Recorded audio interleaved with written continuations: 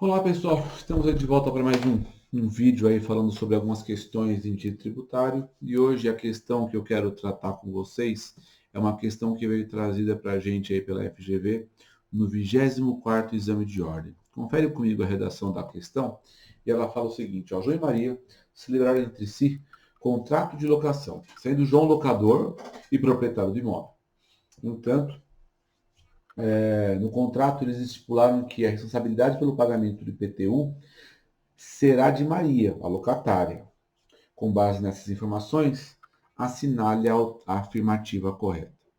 Pessoal, essa questão é uma questão que é bastante recorrente também na prova quando a gente trata do tema responsabilidade, porque o tema responsabilidade permite aí uma série de divagações aí por parte da prova. Nesse caso, a questão colocada é muito clara, né? Locador versus locatário, locador, contribuinte, proprietário do imóvel, né? Você sabe que contribuinte é a pessoa que tem relação pessoal direta com o fato gerador. Nesse caso, se ele é proprietário, ele é contribuinte do IPTU e ela, locatária, teria aí essa atribuição de fazer o pagamento do tributo por força legal. E a questão versa exatamente sobre isso. Vamos dar uma olhadinha nas alternativas. Lá a questão fala: o contrato será ineficaz entre as partes, pois transferiu a obrigação de pagar o imposto para a pessoa não prevista em lei. B. O contrato firmado entre particulares não poderá ser oposto, ou se opor ao fisco no que tange à alteração do sujeito passivo do tributo. C. O contrato é válido e eficaz, e por consequência dele, a responsabilidade pelo pagamento do tributo se tornará solidária, podendo o fisco municipal cobrar de João e ou de Maria. D. No caso de o fisco municipal cobrar o tributo de João, ele não poderá ajuizar ação regressiva em face de Maria. Pessoal, essas opções todas trazidas aqui pelo nosso examinador, elas podem ensejar aí algum tipo de pegadinha e tal, e eu quero ver as 4 alternativas aqui contigo para a gente justamente fugir disso. Antes de eu analisar cada uma das respostas, vamos entender um pouco desse instituto. Quando a gente olha para o Instituto da Responsabilidade, é imprescindível a gente saber o seguinte: quem fixa a responsabilidade, quem estabelece a responsabilidade, necessariamente é a lei. Então, a partir do momento em que a gente olha para o Código Tributário Nacional, é imprescindível a gente sacar qual que é a lógica que ele exerce. E lá no Código Tributário Nacional, olha a redação comigo aí na tela, diz o seguinte: o sujeito passivo da obrigação principal é a pessoa obrigada ao pagamento do tributo ou da penalidade. Perfeito. Então aqui a gente tem a definição do que seja, do que venha a ser o sujeito passivo.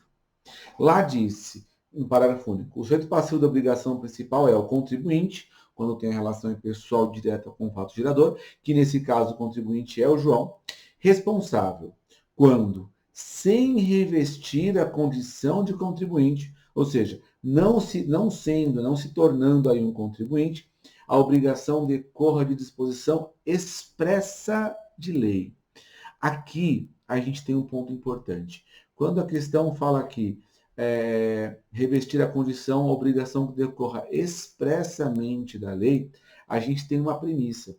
O fato de o contrato firmado entre o João e a Maria estabelecerem essa obrigação vai invalidar o ato ou vai invalidar a possibilidade da responsabilidade?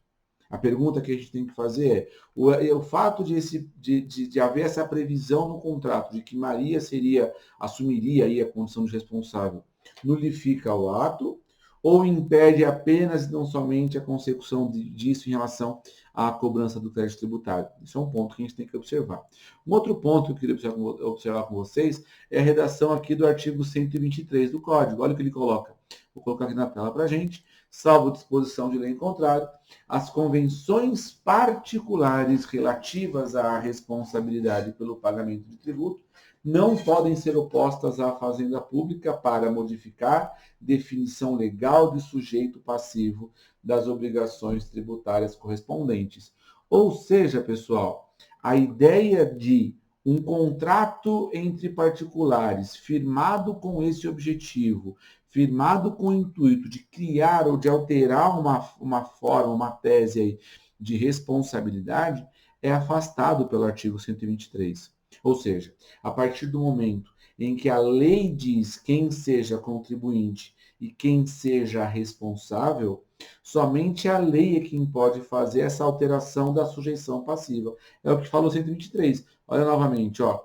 Salvo disposição de lei em contrário, as convenções entre particulares no que tange relativas aí à responsabilidade pelo pagamento não são opostas à fazenda pública para modificar a definição legal do sujeito passivo. Ou seja, a sujeição passiva, ela não vai poder ser alterada, não vai poder ser modificada por força de vontade das partes. Seria muito fácil eu gerar um passivo tributário gigante em meu nome, transmito todo o meu patrimônio para você e vou fazer o contrário. A gente assume um passivo tributário em seu nome, você transmite a obrigação por um ato legal para mim e deixa o patrimônio no seu nome. Eu não tenho nada, você tem bens, eu não, e isso serviria aí como forma de tentar, sei lá, esconder ou dificultar o recebimento da grana pelo fisco. Não pode acontecer. A definição da sujeição passiva é sempre por lei. Ato de vontade não tem força para alterar isso. Tá? E aí, até aproveitando essa deixa, eu queria dividir com você a redação da súmula 614 do STJ. Olha o que ela coloca lá. O locatário não possui legitimidade ativa para discutir a relação jurídico-tributária de IPTU e as taxas referentes ao imóvel alugado, nem para repetir em débito esses tributos. Por que eu quis trazer essa redação?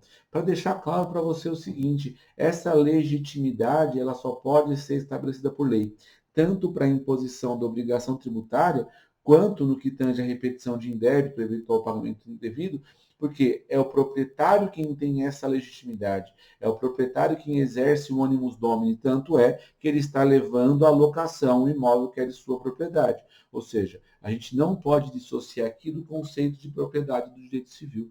Então, a partir do momento em que a gente olha para essa questão, ou para essa abordagem, eu queria rever com você as alternativas para que a gente pudesse junto aí chegar na resposta correta. Vamos lá para as nossas alternativas. Então, A. O contrato será ineficaz entre as partes, pois transferiu a obrigação de pagar o imposto para pessoa não prevista em lei. Pessoal, aqui a gente não tem uma situação de ineficácia do contrato. Reparem que a questão suscita uma ineficácia do contrato. Não, o contrato não é ineficaz. Por mais que ele tenha atribuído a quem não seja legalmente a pessoa responsável, o contrato no seu todo ele não é nulo, ele não é ineficaz, ele vai surtir efeito para as pessoas envolvidas. O que ele não vai fazer é impactar na questão tributária, é fazer gerar responsabilidade para Maria. Então essa alternativa não está correta. Ela pode induzir a erro pela forma como ela está escrita. O contrato será ineficaz entre as partes porque transferiu a obrigação de pagar o imposto para a pessoa não prevista em lei. O fato dele ter transferido essa obrigação para a pessoa não prevista em lei não nulifica o todo, não nulifica o ato jurídico consubstanciado no contrato. Tá? Então, atenção aqui. Alternativa B. O contrato firmado entre as partes, entre os particulares, não poderá se opor ao fisco municipal no que tange a alteração do sujeito passivo do tributo. Essa alternativa tem tudo para ser aplicada. O contrato firmado entre os particulares não pode se opor ao fisco. Eu estou quase com a redação do artigo 123 aqui, né? Eu não posso aplicar ao fisco municipal aquilo que os particulares firmaram no que tange a responsabilidade. Até aqui é a resposta que mais se adequa àquilo que a gente entende correto, né, de acordo com aquilo que a gente falou até então. Alternativa C, o contrato é válido e eficaz. Beleza. E, por consequência dele, a responsabilidade pelo pagamento do tributo se tornará solidária, podendo o fisco municipal cobrar de João e Maria. Aí não. Por quê? Por mais que o contrato seja válido e eficaz no contrato, ele não tem força de modificar a redação do Código Tributário Nacional e de impor responsabilidade tributária, como está colocado aí.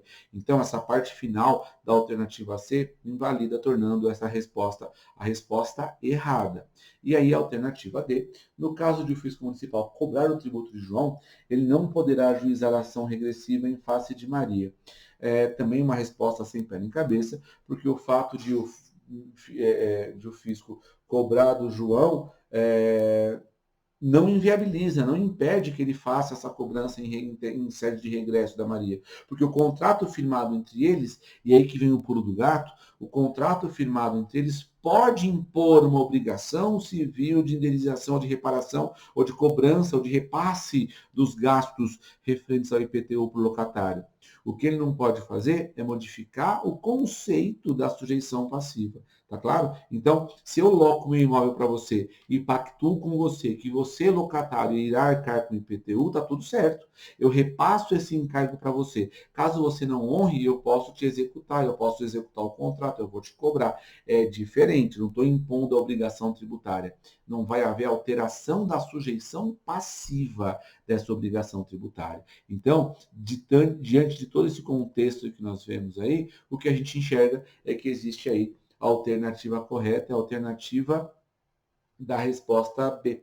Então, o contrato firmado entre particulares não poderá se opor ao fisco municipal no que tange a alteração do sujeito passivo, por força do que nós vimos aqui do artigo 123 do nosso Código Tributário Nacional.